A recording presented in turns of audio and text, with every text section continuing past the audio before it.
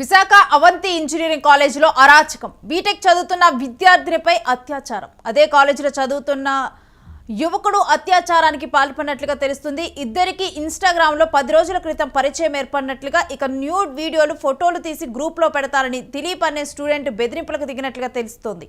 ఇక తనపై అత్యాచారం చేశాడని పోలీసులను ఆశ్రయించింది విద్యార్థిని. కేసు నమోదు చేసి భీమిలి పోలీసులు ఇప్పుడు విచారణ జరుపుతున్నారు. ఇక ఈ ఘటన మీద స్పందించారు విశాఖ సిపి. దిలీప్ పై కఠిన చర్యలు తీసుకుంటామంటూ సిపి హామీ ఇచ్చారు.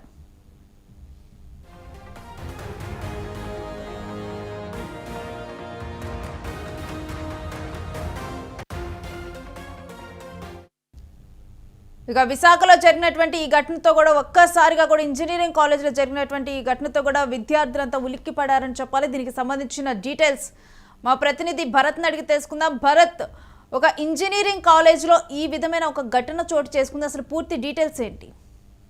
ఏదైతే విశాఖకు చెందినటువంటి ప్రముఖ ఇంజనీరింగ్ కళాశాల అవంతి ఇన్స్టిట్యూట్ ఆఫ్ టెక్నాలజీకి సంబంధించినంత వరకు అవంతి ఇంజనీరింగ్ కాలేజ్ లో అత్యాచారం జరిగిందంటూ కూడా ఒక యువతి భీమిలి పోలీస్ స్టేషన్ లో ఫిర్యాదు ఇవ్వడంతో ఒక్కసారిగా ఈ ఘటన తెర మీదకి వచ్చినటువంటి పరిస్థితి కనిపిస్తా ఉంది. మరి ముఖ్యంగా 10 రోజుల క్రిందట ఇన్స్టాగ్రామ్ లో పరిచయం అయినటువంటి స్టూడెంట్, అదే కళాశాలకు సంబంధించిన స్టూడెంట్ అత్యాచారం చేశాడంటూ కూడా భీమిలి పోలీస్ స్టేషన్ లో ఫిర్యాదు చేయడంతో ఒక్కసారిగా ఈ ఘటన వెలుగులోకి వచ్చింది. దీనికి సంబంధించినంత వరకు విశాఖ పోలీస్ కమిషనర్ స్పందించారు. ఎవరైతే ఈ ఘటనకు పాల్పడినటువంటి స్టూడెంట్ ని అరెస్ట్ చేయాలని, అసలు ఈ ఘటనకు సంబంధించినంత వరకు ఇన్స్టాగ్రామ్ లో పరిచయం అయి 10 రోజులు అవుతున్నటువంటి నేపథ్యంలో ఈ ఘటన ఎలా జరిగిందనే దానిపై కూడా పూర్తి విచారణ చేయాలంటూ కూడా విచారణకు ఆదేశాలు జారీ అయినటువంటి పరిస్థితి. మరి ముఖ్యంగా యువతి ఏదైతే తనతో పరిచయం అయిన అనంతరం కూడాను ఈ దారుణానికి పాల్పడడం, దాంతో పాటుగా వీడియోలు ఫోటోలు తీసి సోషల్ మీడియా ఏదైతే సోషల్ మాధ్యమాల్లో పెడతామంటూ కూడా బెదిరించారంటూ కూడా ఆ అమ్మాయి ఫిర్యాదులో పేర్కొన్నటువంటి నేపథ్యంలో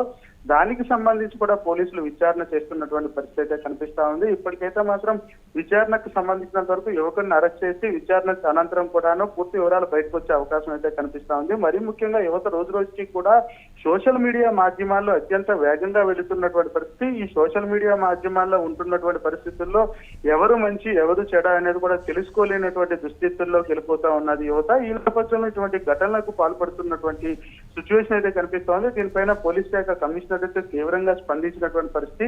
పరిచయమైన 10 రోజుల్లోనే ఇటువంటి ఘటనకు పాల్పడడం, దాంతో పాటుగా వీడియోలు తీసి సోషల్ మీడియాలో పెడతామంటూ కూడా వివిధ మాధ్యమాల్లో పెడతామంటూ కూడా బెదిరించడంపై కూడా తీవ్రంగా స్పందించినటువంటి పరిస్థితి అయితే కనిపిస్తా ఉంది.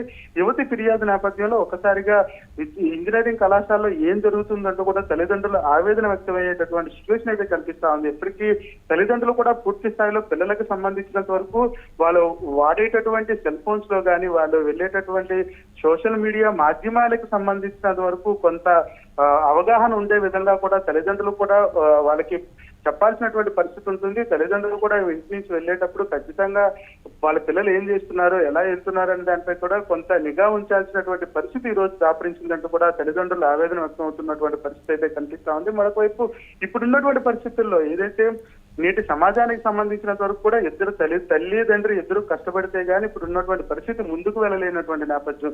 ఈ నేపథ్యంలో పిల్లల పైన ఫోకస్ లేనటువంటి సిచ్యువేషన్.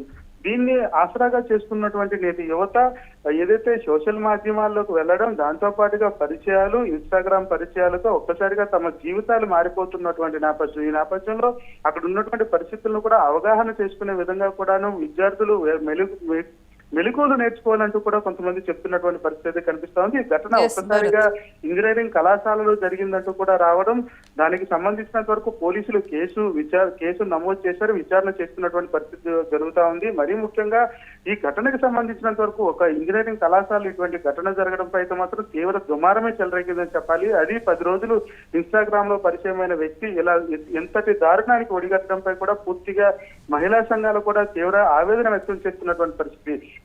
విద్యార్థినికులకు సంబంధించినంత వరకు కూడా భద్రత మహిళలకి కరువైందంటూ కూడా ఆవేదన వ్యక్తం అవుతున్నటువంటి సిచ్యువేషన్ అది కనిపిస్తా ఉంది. పోలీస్ శాఖ కూడా దీన్ని చాలా సీరియస్ గా తీసుకున్నటువంటి పరిస్థితి. యువకుడిని అదుపులోకి తీసుకుంటున్నారు. మరీ ముఖ్యంగా ఈ ఘటనకు సంబంధించినంత వరకు కూడా పూర్తి విచారణ చేసేటటువంటి పరిస్థితి కనిపిస్తా ఉంది. విచారణ అనంతరం కూడా పూర్తి యాక్షన్ తీసుకునేటటువంటి సిచ్యువేషన్ అయితే ఉందని కూడా చెప్పాల్సినటువంటి పరిస్థితి ఉంటుంది. భరత్, మీ దగ్గర నుంచి మరిన్ని అప్డేట్స్ తీసుకుంటాం. ఇక యువతి తన కంప్లైంట్ లో కూడా పేర్కొన్నటువంటి అంశాలను ఒకసారి మనం యూటీవీ స్క్రీన్ మీద చూద్దాం. ప్రజెంట్ తన కంప్లైంట్ చేసినటువంటి పేపర్ కూడా యూటీవీకి రావటం జరిగింది, విజువల్ కూడా ఒకసారి అది చూద్దాం. SPCR play it on clear screen. చూస్తున్నాం యూటీవీ స్క్రీన్ మీద. నేను అవంతి కాలేజీలో బీటెక్ సెకండ్ ఇయర్ చదువుతున్నాను. ఆ విద్యార్థిని డీటెయిల్స్ అనేవి కూడా గోప్యంగా ఉంచడం జరిగింది. చదువుతున్నాను, తను ఎక్కడుంటుందో పేర్కొన్నది. ఇక నాకు ఇన్స్టాగ్రామ్లో 10 రోజుల క్రితం దిలీప్ కుమార్ 24 సంవత్సరాల అబ్బాయి పరిచయం అయ్యాడు. దిలీప్ కుమార్ మా కాలేజీలో ఎంసీఏ సెకండ్ ఇయర్ చదువుతున్నాడు. ఇన్స్టాలో నాతో రోజు చాటింగ్ చేస్తూ ఇన్స్టాలోనే ఫోన్ కాల్ మాట్లాడేవాడు. నన్ను ప్రేమిస్తున్నానని అదే రోజు 21వ తారీఖున చెప్పడం జరిగింది. 21వ తారీఖు 11/2026. అంటే ఇప్పుడు చూస్తే కనుక కరెక్ట్గా కూడా చెప్పి 3 రోజులు కూడా కావటం లేదు. కరెక్ట్గా కూడా 21 రోజున ప్రపోజ్ చేశాడు. నాతో మాట్లాడాలని అదే రోజు రాత్రి 7 గంటల సమయంలో ఫోన్ చేసి నన్ను హాస్టల్ నుంచి బయటకు రమ్మని పిలిచాడు. రాత్రి 7 గంటల సమయంలో ప్రపోజ్ చేసిన రోజే. నాకు బయటకు రావటం అవుదని చెబుతున్నా కూడా వినకుండా బలవంతంగా రమ్మని, లేదంటే హాస్టల్లోకి వచ్చి రచ్చ చేస్తా అని బెదిరించాడు.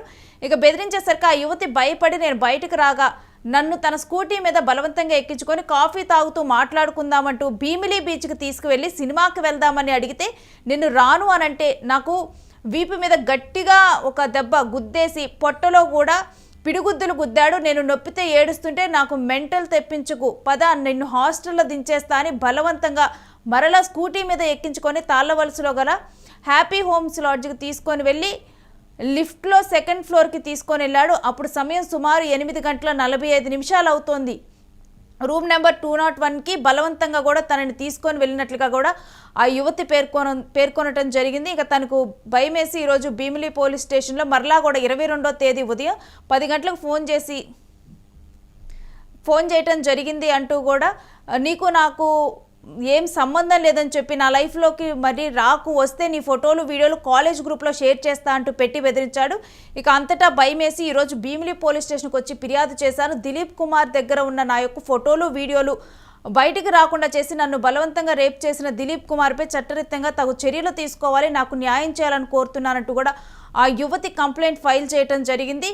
సో డెఫినెట్గా కూడా ఇలాంటి ఇన్సిడెంట్లు ఉన్న తర్వాత ఈ మధ్య కాలంలో ఇన్స్టాగ్రామ్లో పరిచయమైన వాళ్ళు లేకపోతే ఫేస్బుక్లో పరిచయమైన వాళ్ళతో ఈజీగా మాట్లాడటం, ఆ తర్వాత వాళ్ళు చెప్పేటువంటి మాటల్ని నమ్మి వాళ్ళు చెప్పిన ప్లేస్కి వెళ్ళటము, ఆ ప్లేస్కి వెళ్ళిన తర్వాత అనుకోని ఘటనలు జరగటం, ఇది ఇంజనీరింగ్ కాలేజ్లో జరగటంతో కూడా డెఫినెట్గా పేరెంట్స్ ఒక్కసారిగా ఉలిక్కిపడ్డారు. పేరెంట్స్ దూరంగా ఉంటారు, పిల్లలు హాస్టల్లో ఉండి చదువుకుంటారు ఇంజనీరింగ్ కాలేజీలో చాలామంది.